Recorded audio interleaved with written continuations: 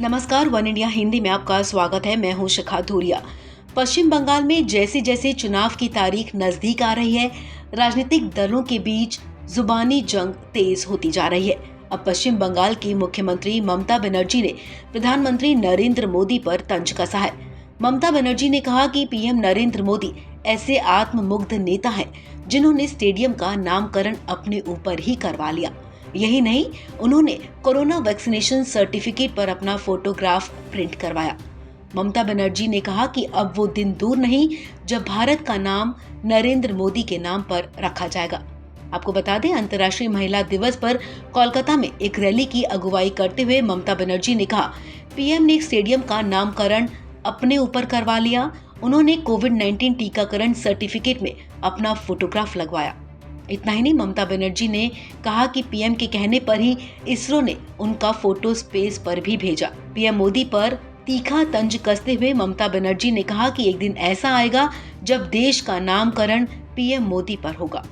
कोलकाता के मशहूर brigade ground पर एक दिन पहले हुई रैली में पीएम मोदी की तरफ से इलेक्ट्रिक स्कूटर राइड को लेकर ममता पर किए तंज और राज्य में महिलाओं की स्थिति पर कमेंट को लेकर बंगाल की मुख्यमंत्री ने कहा, पीएम ने ब्रिगेड को बी ग्रेड बना दिया। ममता दीदी ने कहा कि बीजेपी नेता बंगाल में केवल चुनाव के समय आते हैं और अफवाहें और झूठ फैलाते हैं। वो महिला सुरक्षा को लेकर हमें भाषण देते हैं। बीजेपी शासित राज्यों में महिलाओं की क्या स्थिति है?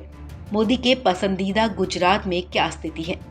पश्चिम बंगाल के मुख्यमंत्री ने कहा कि पीएम मोदी और केंद्रीय मंत्री अमित शाह को अपना फोकस मॉडल स्टेट गुजरात सहित बीजेपी शासित राज्यों पर केंद्रित करना चाहिए, जहां मीडिया रिपोर्ट के मुताबिक पिछले 2 सालों में 4 रेप और 2 हत्याएं हर रोज दर्ज की गई हैं।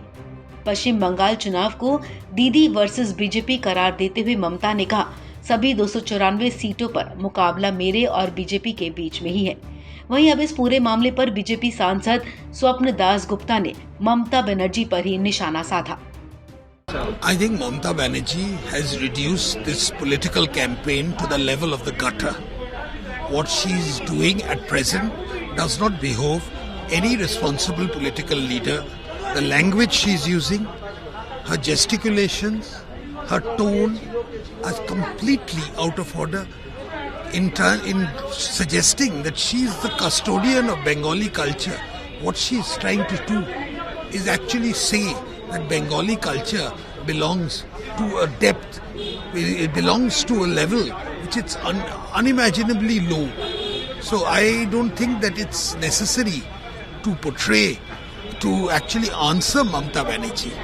I think what we can only hope for is that better sense prevails with her and that she takes the election campaign to the level at which should be fought. गौरतलब है कि पश्चिम बंगाल में विधानसभा चुनाव के लिए 8 चरणों में वोटिंग होगी। वोटिंग का पहला चरण 27 मार्च को है। राज्य में ममता के तृणमूल कांग्रेस पार्टी के सामने बीजेपी कठिन चुनौती पेश कर रही है। वोटों की गिनती 2 मई को होगी और इसी दिन नतीजे घोषित किए जाएंगे। इस खबर में फिलहाल इतना ही। तमाम अपडेट्स के लिए आप बने रहिए वन इंडिया हिंदी के साथ।